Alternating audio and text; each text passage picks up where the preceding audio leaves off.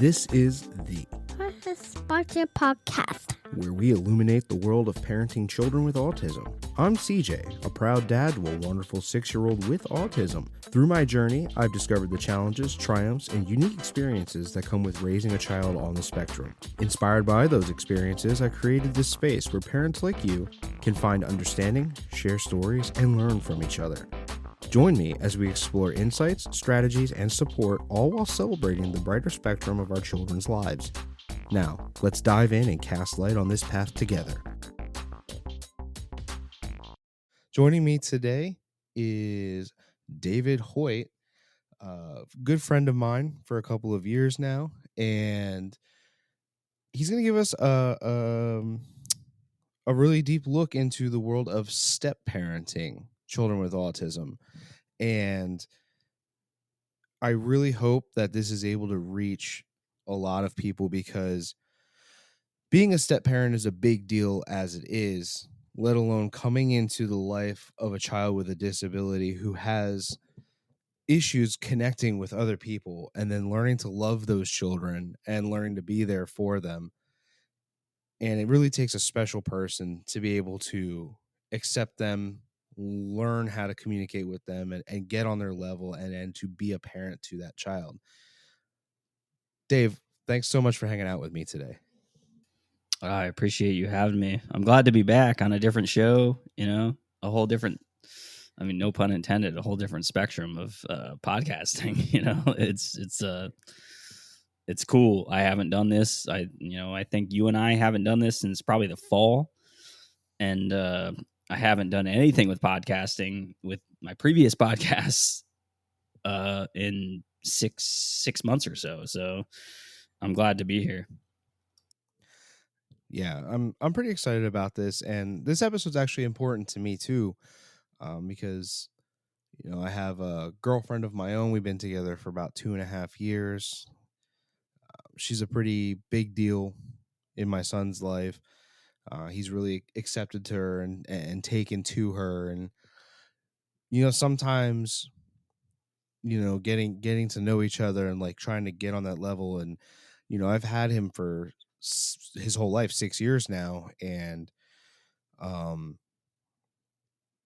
I've been with her for 2.5, but I didn't let her meet him right away. So she's been around him a shorter time than that, and kind of watching those two and their relationship develop and like continue to develop and like continue to learn to understand each other and figure out how to really just coexist and kind of put together this new little family unit and stuff. It's certainly been an experience. It's certainly been educational, but it does make you wonder, like, a lot of things about how that person's feeling. And maybe there's things like they're nervous to express, or maybe they don't understand what's going on.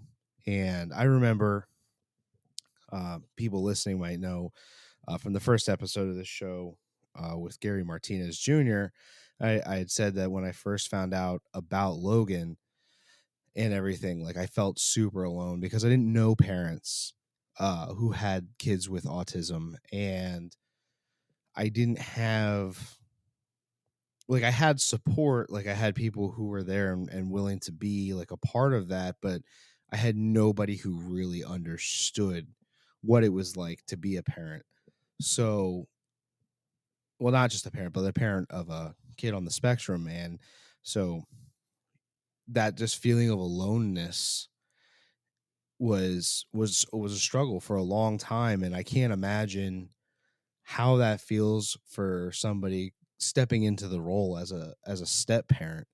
And maybe we could start there. Maybe you can start talking about that a little bit. Yeah. That was a previous relationship of mine. It was almost 6 years long. It was a long time.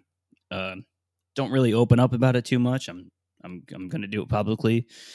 She's probably never going to hear it, so it doesn't matter. But that relationship, it was my boss. It was a manager trainer when I worked at a company. I fell in love with her like instantly.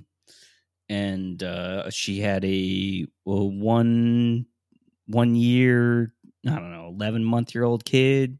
She was married to somebody. Stuff went sour with her, and with that person, and she moved across country.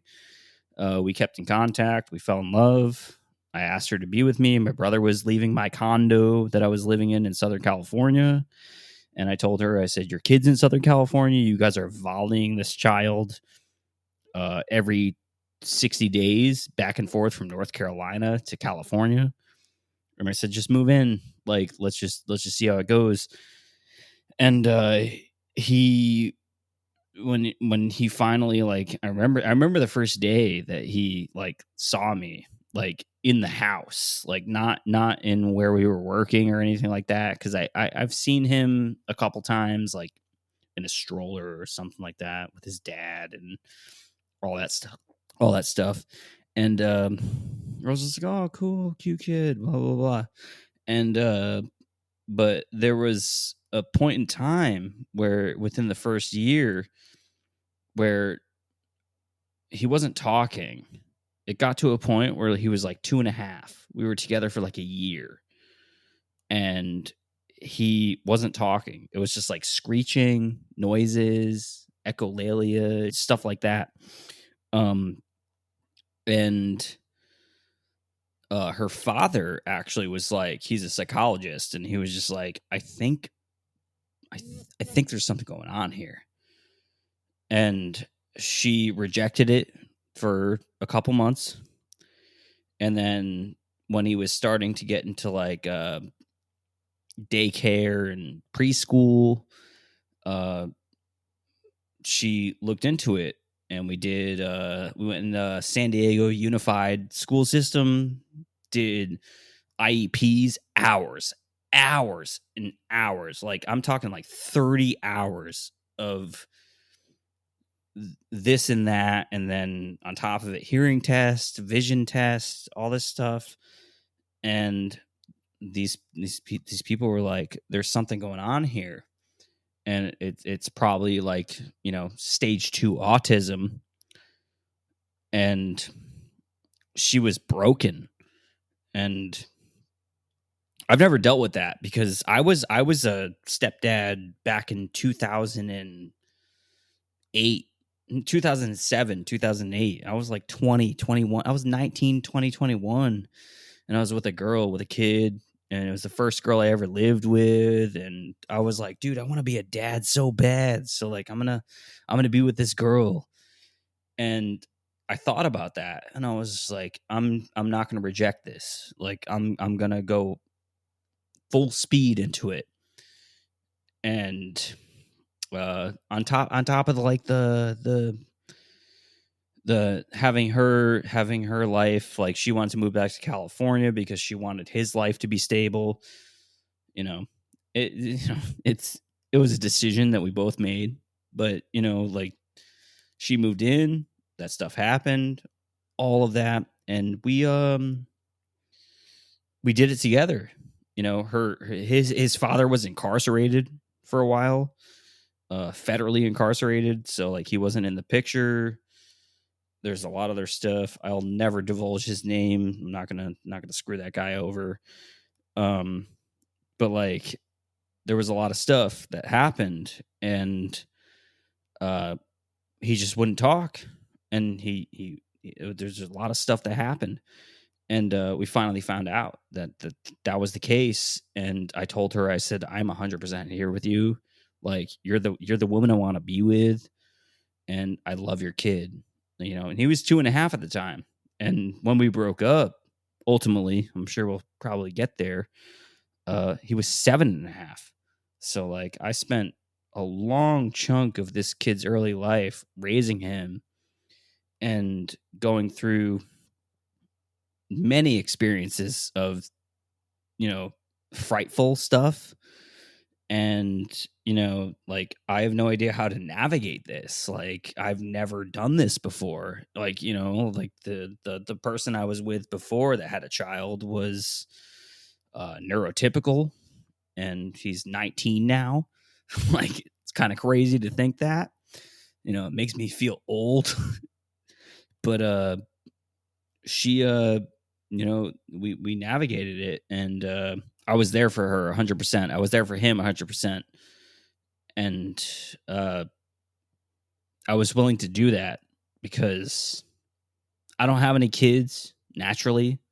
I've never been married. I've never, had a child. I recently dealt with a abortion, I guess.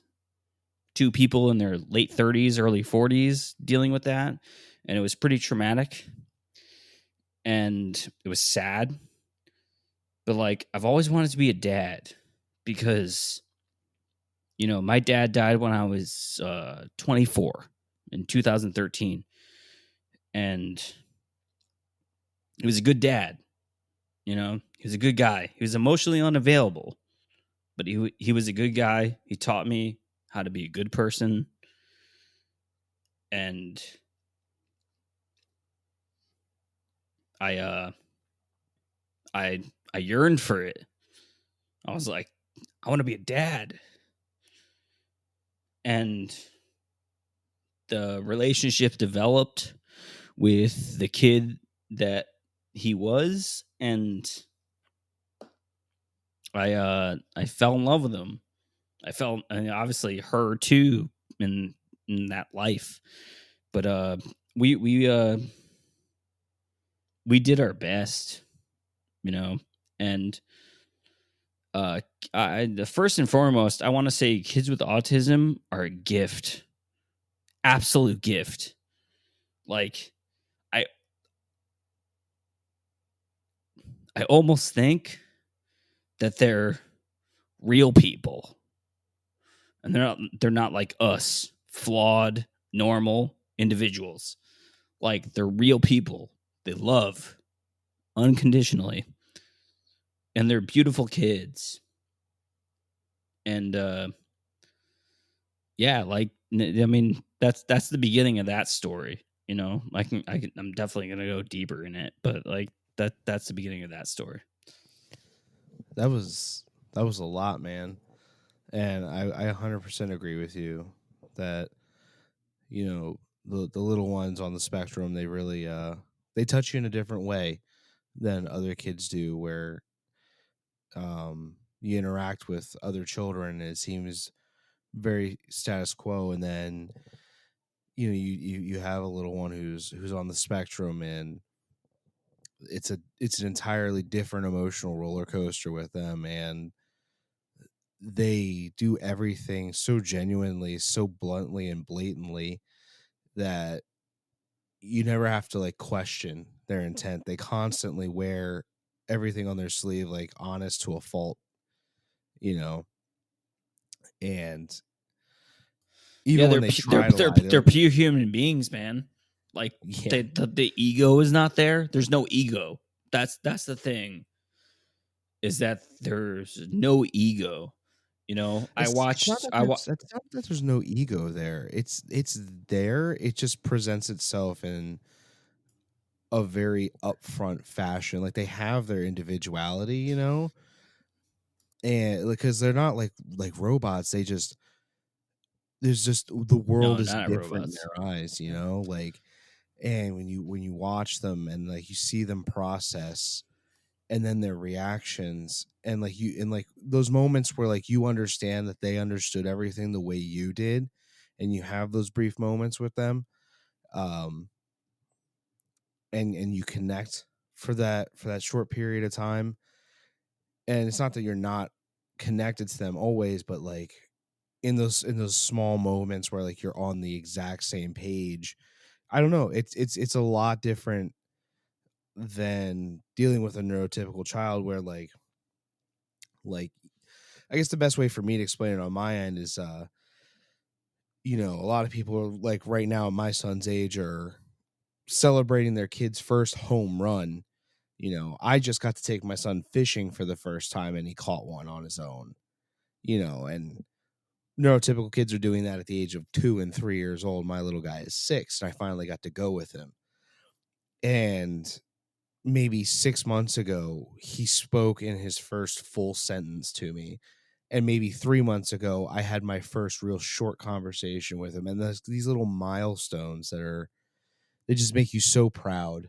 And when you're watching them, and it's stuff like other people would look at, they'd be like, so that's what kids do. And you're like, no, my kid doesn't do that. Like, this is an amazing thing that's going on right now. And yeah, it's just, it's amazing to get to watch that and to experience that and to get to watch a person who experiences and deciphers the world on a completely different plane of existence than you know and Yeah, we live in a whole different world, you know. Like we do not have autism. You know, like it's not a thing, and wherever it stems from, you know, that's not my guess. I'm not gonna fucking sorry. I'm not gonna judge on where it comes from. I'm not gonna go to vaccines. I'm not gonna go to this. I'm not gonna go to that. It's just chromosomes. It's the world we live in. It's human. It's the human experience. But you know, these kids are special, and not in the sense of like what people think are special. These people are amazing people. You know, I've worked with people with autism, but I've never taken care and bathed and fed and gone to Disneyland and Hollywood Boulevard and all these things and the beach and all this stuff with kids like that. That's never something that I thought that I would have in an experience in my life. And I'm super grateful for that experience, because if I ever have a child of my own that has that, I have the experience. And you know, this kid, like, out of the breakup and the heartbreak of being with an adult that it didn't work out. I mean, I was with this person for almost 6 years, so it was a long time. I watched this kid grow up from a toddler to a little kid, and you know, there's been a lot of pressure. Uh, 8 months ago, this person told me that, like, they keep asking for you, and the nature of my job that I have now, I ran into them in a Target, and she's with a new boyfriend. There's a baby there. It's not hers, but he was there and he was looking the opposite direction, and it it smashed me to pieces. And I was like, thank God, dude. Thank God that this kid didn't see me, because he'd be like, hey, daddy. So it's like, yeah. it's hard. It's hard to process that. I'm sorry. No, you're fine. It's hard to process that,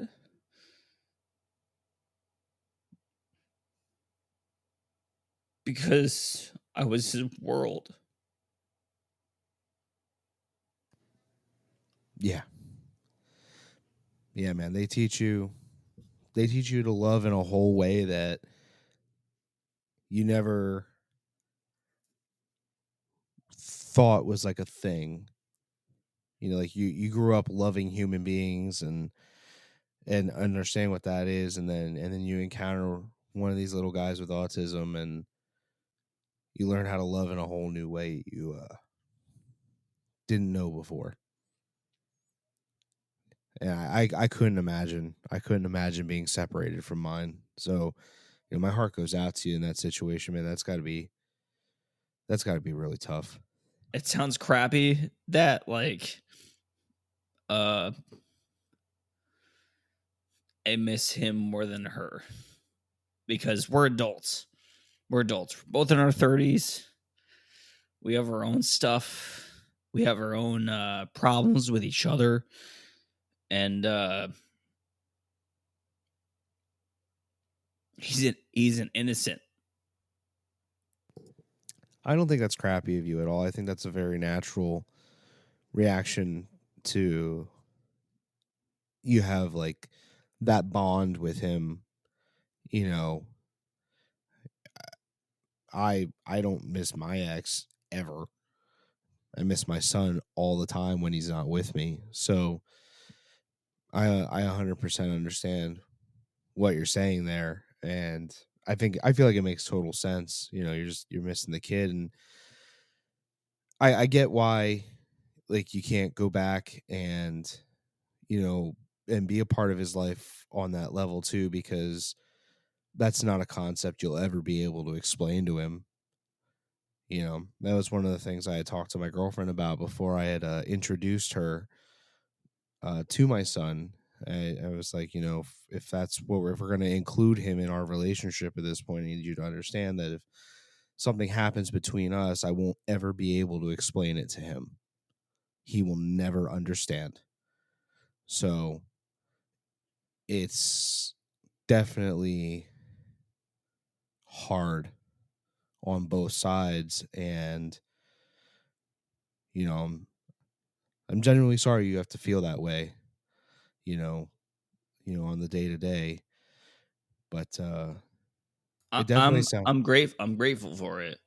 I'm grateful for it. It's a experience that made me a better person, made me understand humanity a little bit differently. And it was a long time, half a decade, more than that, of taking care of a kid, all the experiences, them running off, them no stranger danger, none of that stuff. And we can get into that in a little bit, but like none of Yeah, that. Yeah. that's serious. None of that stuff. And, the repetitiveness and sensory stuff. And it made me a softer person. And because, I'm born and raised in New England, I'm a hard-nosed idiot, from the Northeast. And I found myself in Southern California and found myself with a person that had a kid that I was 100% was going to be like, I'm never leaving. Like, we're going to have babies. We're going to get married. And whether that kid has autism or not, we're going to go through this together. And your ex is whoever they are. They would say stuff.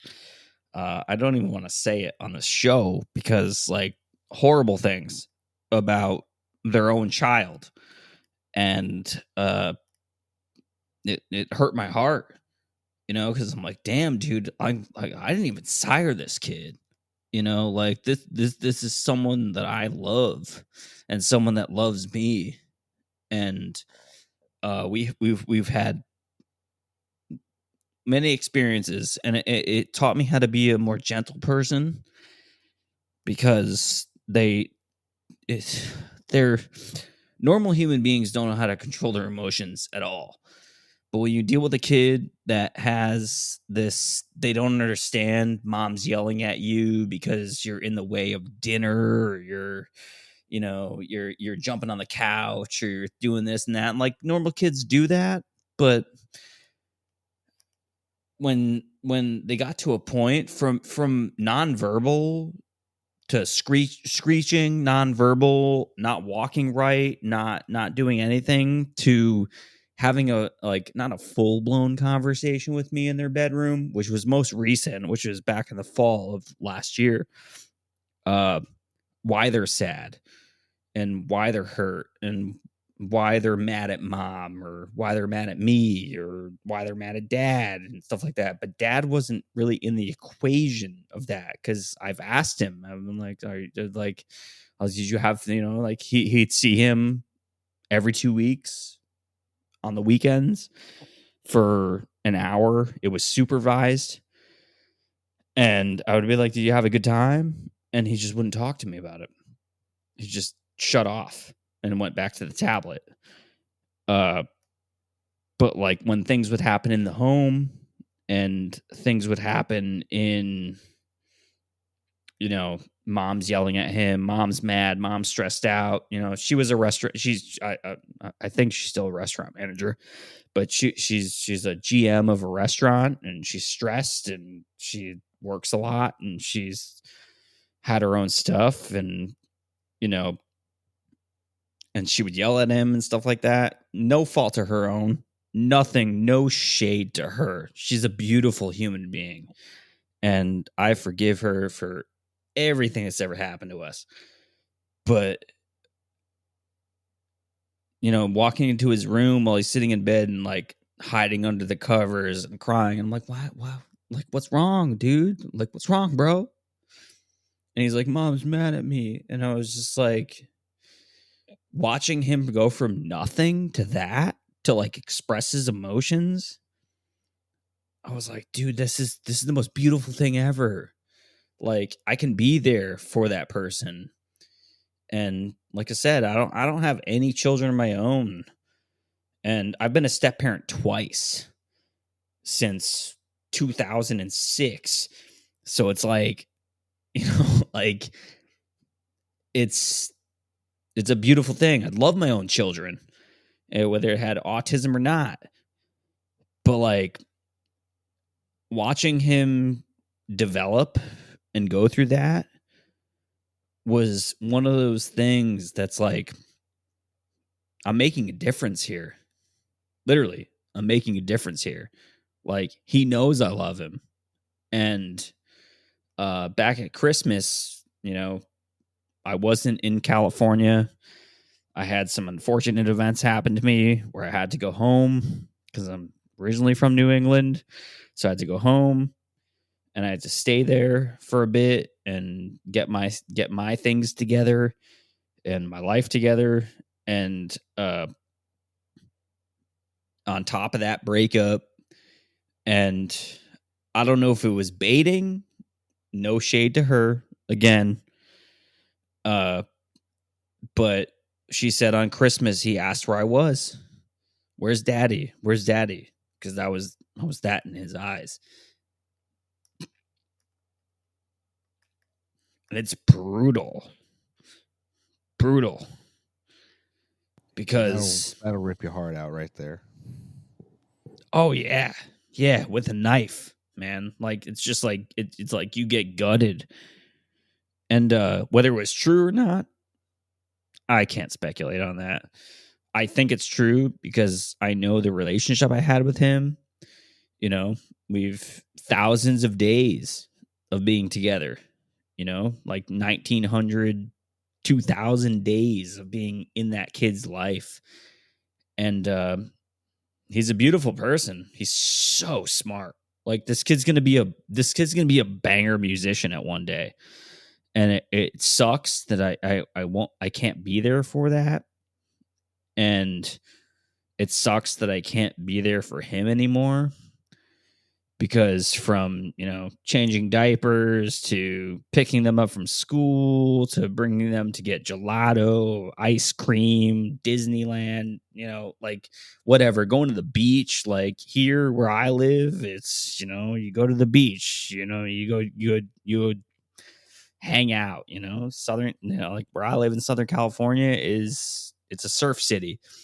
So it's like we just do the things and bring them to the park, play with them, jump parks, every single day, just normal life, make them breakfast, make them lunch, take them to school, that stuff. And this whole episode is not about me losing that, but as a step parent, as somebody that I I consider myself as a step parent, and they considered me as their dad, like wholeheartedly, because that's all they knew. Uh, is rough, like he's an innocent child who had to deal with two adults' problems, and it's just the number one thing is going through the stress.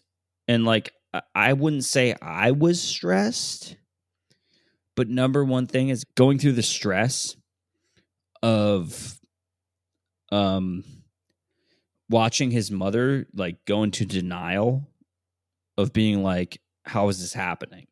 How is this happening? And the way I expressed it to her from what I remember, because it was even, this is pre-COVID, and was like, this is what you got. This is your child. We will get through this together and he'll be fine. And she trusted in that. And I'm grateful for that. But, he had to deal with a lot of other externals, a dad who was incarcerated in federal prison, like lots of other stuff.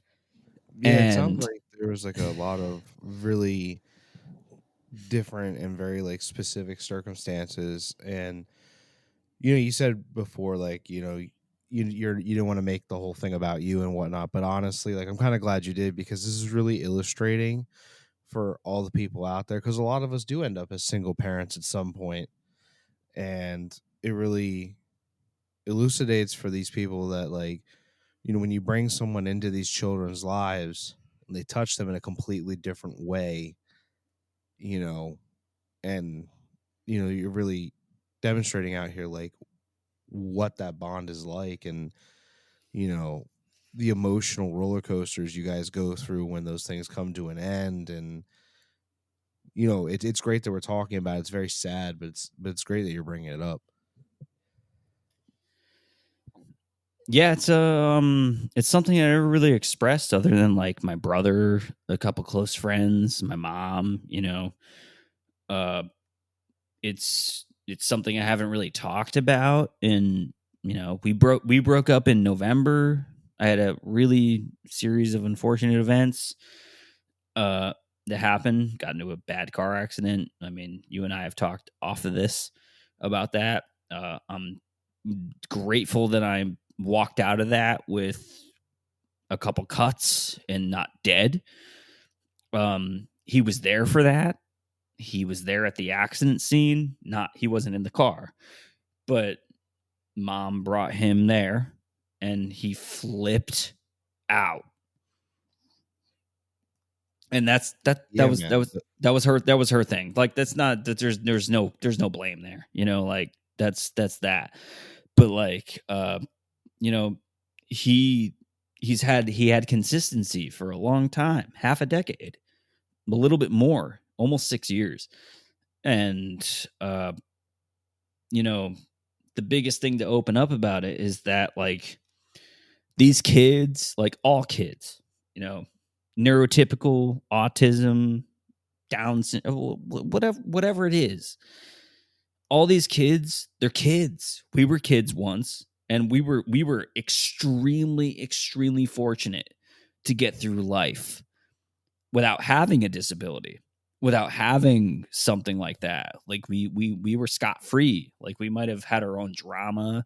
We might have had some crappy parenting experiences. We might have had bad jobs. We might have had a crappy high school experience, middle school, whatever it was. But these kids they come into the world and, just like us, they have no control of it. And when we found out that after the IEP with the school system, that he had autism, they bumped him up a level so they can get him the services.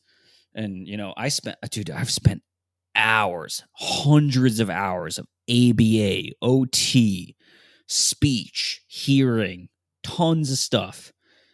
And seeing that experience and watching a kid who probably has no idea what's going on. They're normal. They're completely normal. They're kids. They're kids.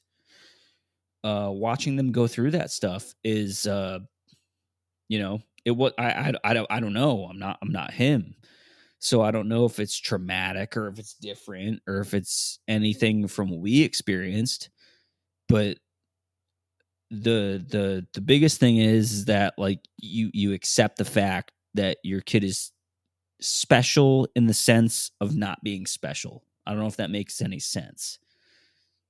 Yeah. Yeah, Yeah. because like a lot of people, they perceive these kids and they look at them and they think that they constantly have to walk on eggshells with them, and in some circumstances, I guess you do, but for the most part, they are very normal in the fact that they are kids.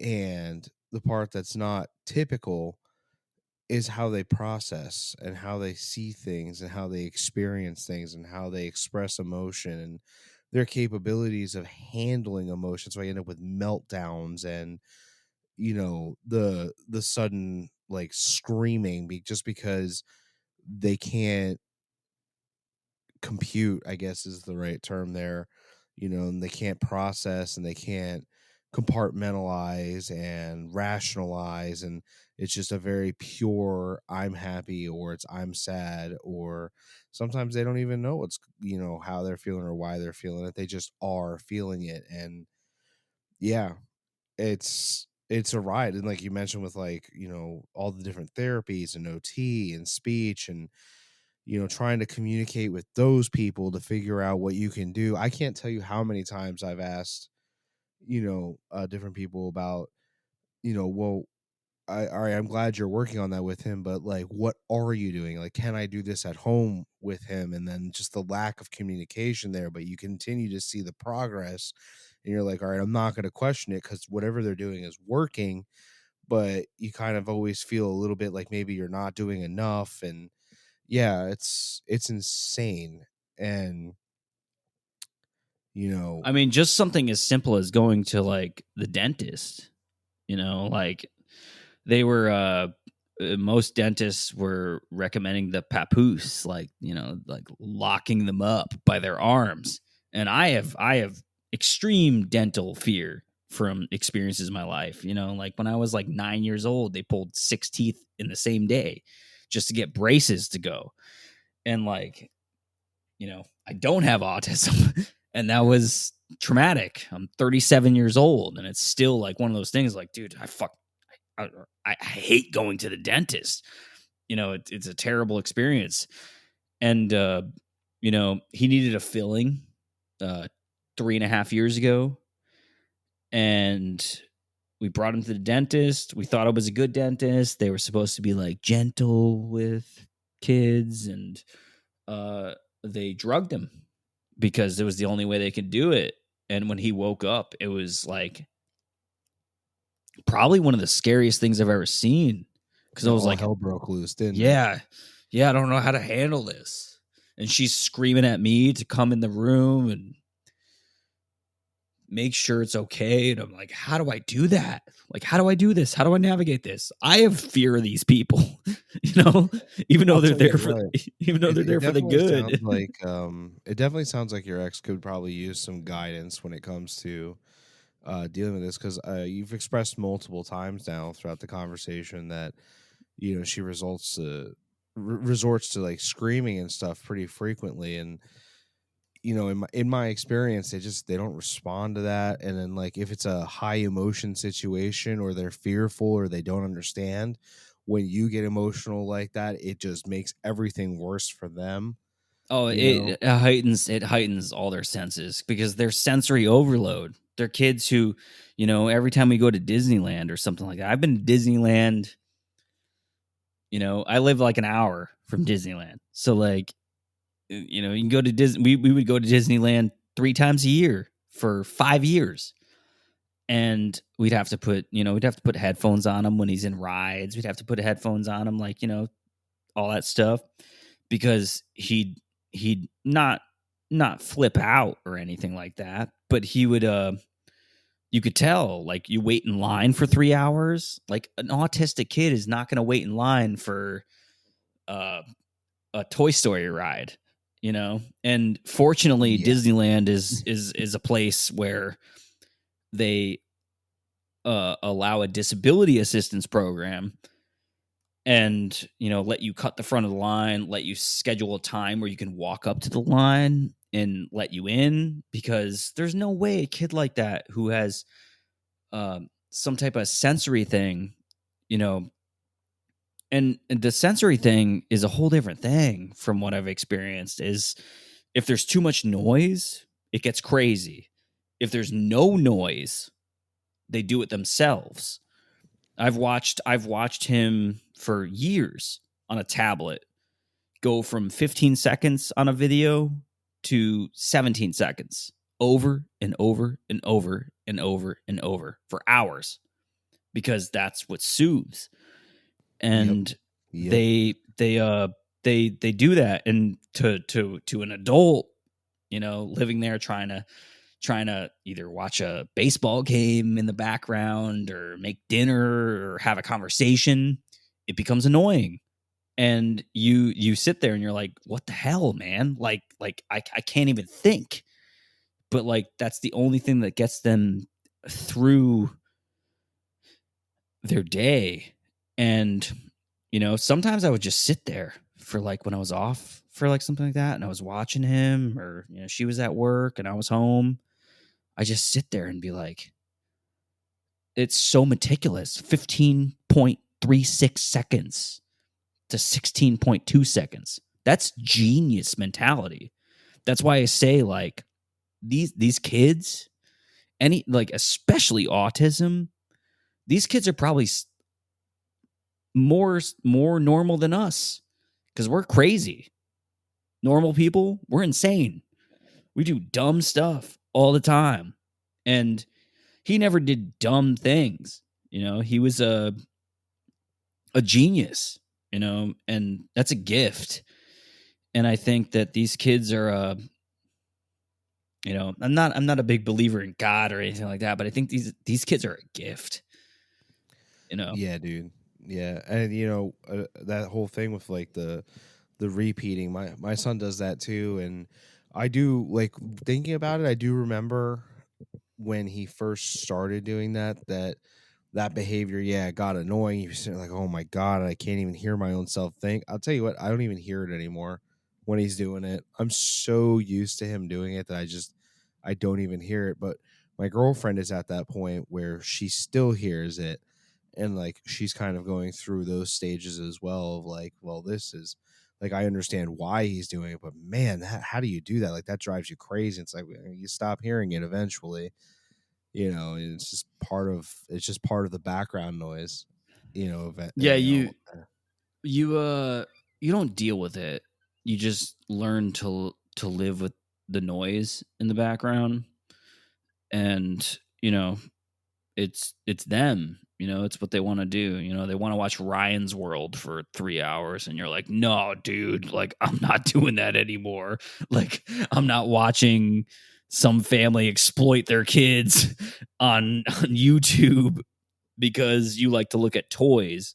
Like, let's go to Target, let's go to Walmart, we'll get you a toy, we'll do that. But like, the one major thing that I did notice, like, that kid had all the toys in the world. Her and I spent hundreds and hundreds of dollars through Christmases, thousands probably, on buying toys. So they And could play with it for 15 minutes and then go and back then to the it's same doll they've had for the last 7 years. Yeah, and it's in a box, and it's never comes out. Just like an entire bedroom filled with toys. And that's not the way I grew up. Like, I had a ton of toys. I played with Legos, Playmobiles, you know, Rector sets, you know, all that other stuff. It's like, you know, my dad gave me my first rifle at 5. Like, let's go out in the woods. Like, you know, my dad raced motocross. He was like, I got a motorcycle for you, let's teach you how to do this. You know, I was like 8 years old, and I'm driving around the yard cutting the grass. You know, like, I would not do that to him because unfortunately, he probably would jump off of it and jump in front of it. Like, it's just, there's no stranger danger. One of the experiences that really sits in my mind was we were at a place, like a dessert place down the street from our house. And it was like a high end, like really nice dessert place. We were with her mom. He was there. We got like tiramisu and brownies and all this stuff. We were like, oh, sweets. Like, he's going to be stoked. And he was. But she went to go pay the parking meter. And I was talking to her mom. And I looked to my right and he's gone. And I see the big glass door swing open, and he's bolting into the street like a main vein in metropolitan San Diego. And it was like one of those things where I was like, I didn't even think about it. I bolted out the door, punched the door open, and grabbed him because he was like a foot from the curb. And people drive like 40, 50 miles an hour in like a 35. And, not to say all of America is the same. People in California, y'all drive like crap. Like you're going to kill somebody, especially a kid. And it was horrific. And she comes around, she's like, what happened? And I was like, he bolted. Literally had him in the corner of my eye, and he bolted. And that was one of the first eye-opening experiences where, like, how do we handle this? Like, when we go to the San Diego Zoo or SeaWorld or the beach or Disneyland, like, do we put him on a leash? Like, and she never wanted to That's do what I that. did. And we ended up doing it. And it was just like, and then when we would be even at the zoo, like, that might not have happened at the zoo, but I remember like clutching like his shirt in the back, like, and just like holding on to him, because there's no stranger danger. There's no way that processes. And he would talk to everybody. We'd be in the grocery store, we'd be in Target, wherever, and he just randomly, homeless people, dude, like, just hi, and it's Oh like, yeah, oh my god, they don't need puppies or candy. He's getting in the van. yeah, Yeah. it's yeah. Uh, there's no way to bribe it. It's a pure soul that does not think about that type of stuff. And the only thing I can say to anybody, whether you're an actual parent or you're a step parent of some of those kids, dude, you got to watch them endlessly like a hawk, because they love everyone, because they do not care if you look like a creepy person. They don't care if you're covered in poop and doing heroin on the side of the street. They do not care. They are pure human beings. That's why I say, like, again, that they are they're better than us, because we judge people. We're like, oh god, like, let me step over this guy because he's like cracked out, tweaking out. And they won't do that. They'll ask them if they're okay. And that's a scary thing for parents, especially if you're not paying attention. So pay attention to these kids. They need 1,000 times more attention than any other kid, because I was a lock key kid, man, or a latchkey kid. Like, come home when the sun comes down, and I could never do that with that person. Like, he needed and on top of it, like, a whole nother topic, schedules. If you screw up an hour on lunch, bath time, bedtime, story time, TV time, tablet time, dinner, it throws them off for days. And not even equating the conversation of what it's like to be in public school system.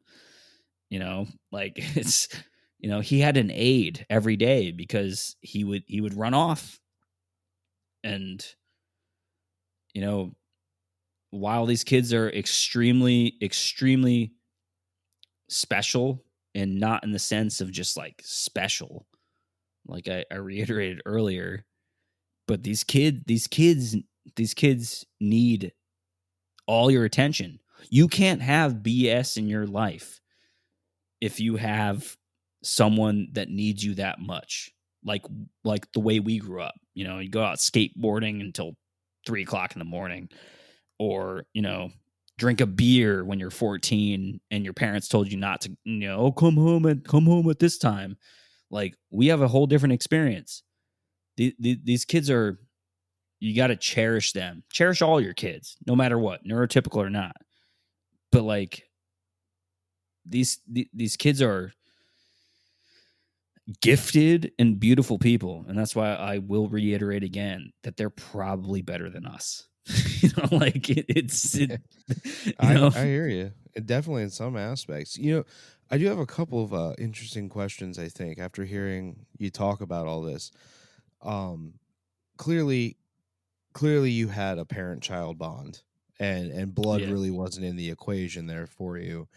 Um, but in the beginning, you know, as a step parent situation, like being introduced to this child and finding out, you know, that you were about to go down this path of, you know, we're not just going to go to t-ball games and go to kindergarten, like that we're going to be going to therapies and all this. Like, was there ever a moment of doubt or any like instinct of you to just get out of that situation, or did you just fully embrace it for what it was and dive into being, you know, this parent towards this autistic child?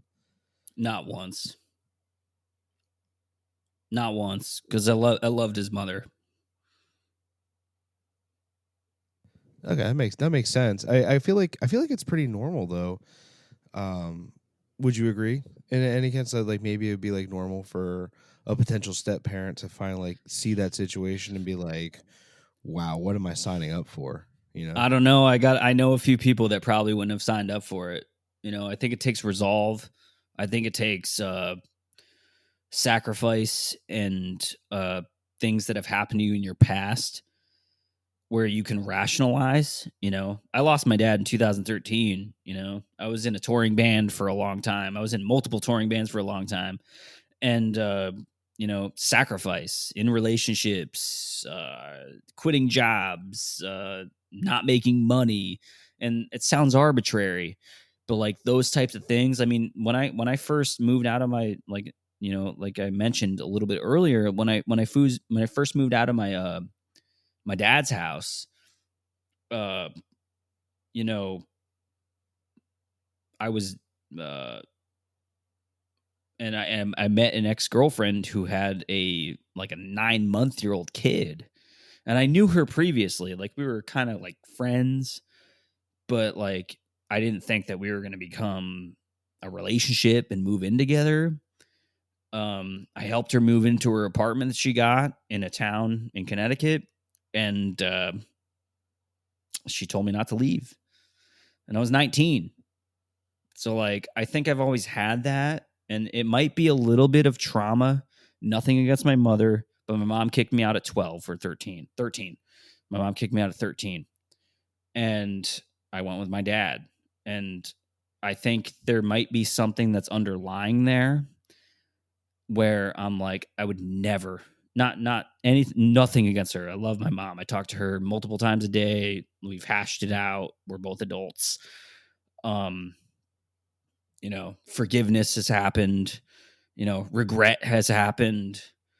But I think there might be a part of me where, one, my dad was a great person.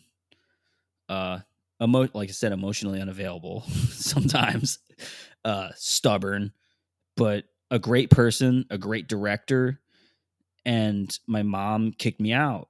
And that was painful for a very long time, like over a decade.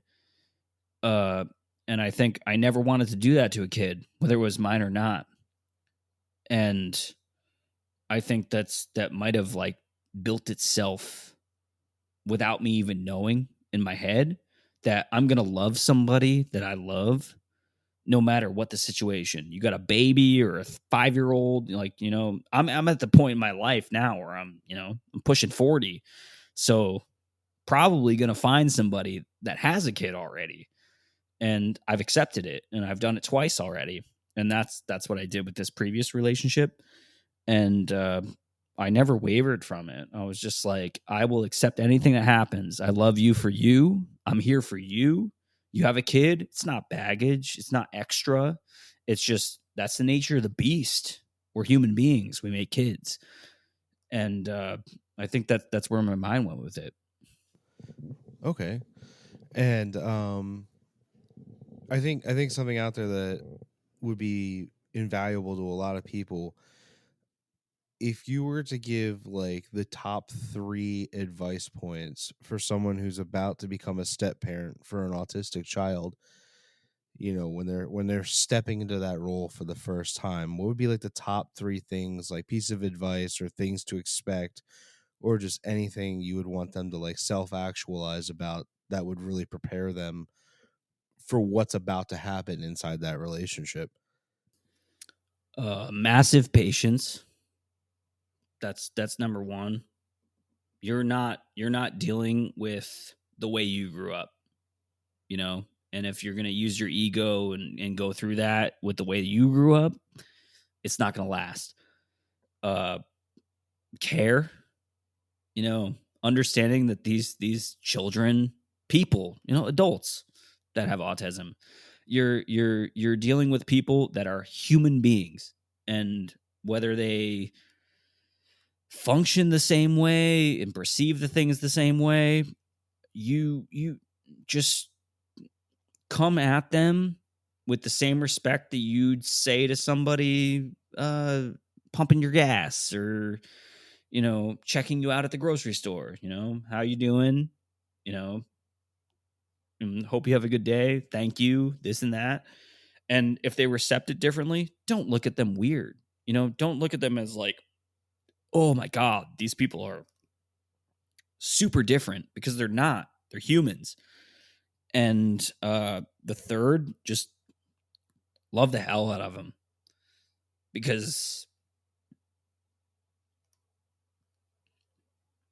you'll be rewarded. It really is. It really is a rewarding relationship to be a part of. I mean, any kid, but when it comes to talking to kids on the spectrum, whether they're high, low, whatever that spectrum is, whether it's Down syndrome or a chromosome defect or anything like that, just love the hell out of them. They're human beings. They're your kids. They're your kid.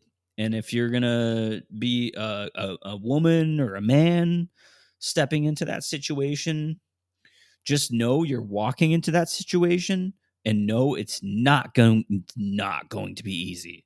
It's stressful. It's being a parent is stressful in itself, but go into that situation knowing that there is going to be hurdles that you've never experienced before, and you're going to go through stuff that you didn't even think was possible. But know that if you walk out of it, if things are successful and you have a fruitful relationship and you're going to be together and create a family with that kid or whatever it is, just know that like that's a person that has feelings, has emotion, is a real person. They perceive things a little differently than you, and give them everything you'd give a kid that you sired yourself. If you're going to be a step parent, you have to do that. And unfortunately, that relationship did not work out. And I hate to say it, I miss him more than her, because we're both adults and we both made our own bed. We sleep in the sheets with it, but, and like the number one thing from experience with stress and stress management and work and the way to deal with all that stuff, if you're gonna be involved, whether it's your own child or it's a stepchild or you're jumping into that, for the love of God, do not fight in front of those kids. It's brutal, because not only can some of them cannot perceive sound without freaking out, is that type of stuff is going to cost everlasting trauma, and it's going to hurt them forever. So be mindful as an adult. I'll be very transparent. I've had she's had bad behavior. I've had bad behavior. We've done it in front of him. I feel very guilty about it, and I'm sure she does too. We don't talk anymore, but be very mindful, even with your own kids that are neurotypical, be very mindful about the stuff you say to each other in front of that kid, because that's what creates people that have immense problems. So just give them everything, however hard it is. You want to make pasta for dinner and they want chicken nuggets, make the chicken nuggets. Just do it. As simple as that is. Just do it. They want to sit on their tablet and ignore you for 6 hours. Let them do it. As much as I don't agree with the technology and all that stuff, if that's what makes them soothed and happy, on top of giving them a house that's safe and not dealing with drama, just do it, because I've made my mistakes. I'm not a perfect person. She's not a perfect person. And we screwed up something. We screwed up a family, somebody and I don't know, it's speculation, but I'm sure that child still asks, and I'll never know, because we screwed up that situation. So if you're going to be in a relationship with somebody with a special needs kid or any kid, if you guys got problems, do it in a car when they're not there. Don't do it at the dinner table. Just keep your cool. Your kid is beautiful, and just love them, because that's what they deserve, because that's what we deserved as children too. So Yeah, man. I couldn't have said that better myself. And I really appreciate you hanging out with me here today. Is there any final thoughts maybe you might have on the subject? I mean, this is the first time I've really talked about this in, a very long time, 8 months or so. You know, Coming from my perspective of it, I would just tell people, if you find out, not even being a step parent, if you find out your kid has autism or anything, it's going to change your life 100%. It's not going to be this. It's not saying it's not normal, but it's going to change your life 100%. And you're going to have to go through hurdles that other parents don't go through. And the only thing you can do with it is go in it with no expectations, none. Just go in it with love and respect for the fact that your kid is your kid. You made them. It's not your fault. It's not anybody's fault. Whether you hate your ex or baby daddy or baby mama, whatever it is, whoever has custody, it's not their fault. It's the way the world works. There's no reason or rhyme for it. It's just that's the human being you got. And if you're going to be a step parent, you better have big balls to run into that, because it's not an easy experience, and it's never going to be, unless they develop into an adult that's functioning. because there's going to be a point in time where the adolescence and being children is the hardest time of raising kids. But do your absolute best to provide them with what you can give them so they can be a functioning member of society without making them know that they're different, because they're not. They're the real ones. They're the OGs, pure lovers.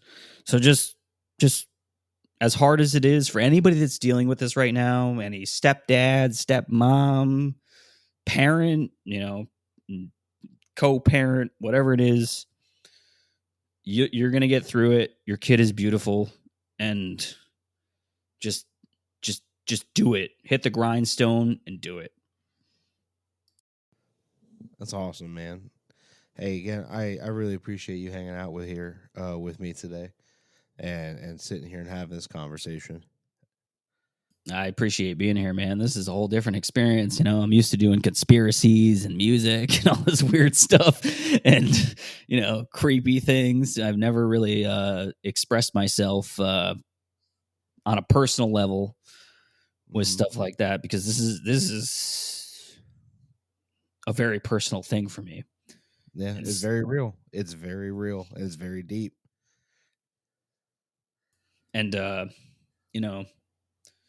publicly, I'm okay. I'm okay with doing it. I've said crazy stuff with my other podcast.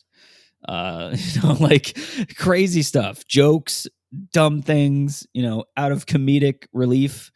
But I don't think I've ever opened up to the sense of saying something that's not plagued me, but something that's really affected me, because the only people I really can talk about it with are family, and that's it. So this is it's not a sore subject, it's not a sad subject, it's not a bad excuse me, it's not a bad subject, but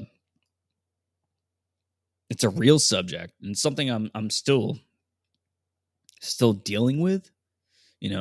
We broke up in November of 2023, so it's a hard thing. I was with him since December of 2018, so it's a long, pretty good time. 5 years, a little bit around that. And it's deep. They're kids. They're people, and it's our job. If you're listening to this, you're an adult. I don't think a 14-year-old kid's going to listen to this episode. Hopefully they do. But if you're an adult, you are their future. And I don't want to say I failed. I think her and I failed each other, which caused this type of thing.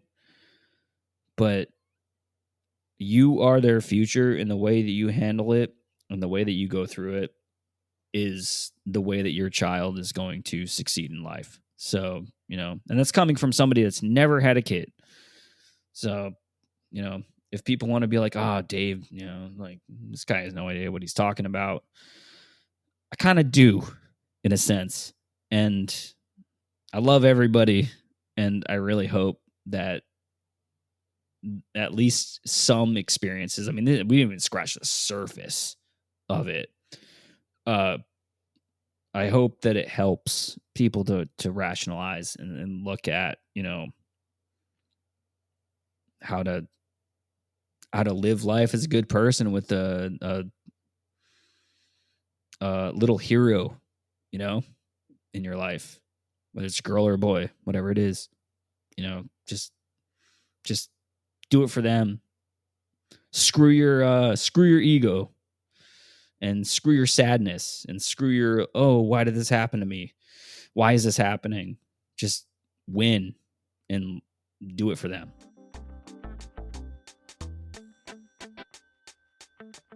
Thank you for tuning in to the Brighter Spectrum podcast. If you have any comments, questions, or stories to share, or if you'd like to be a guest on the show, feel free to reach out to me at brighterspectrumpodcast@gmail.com.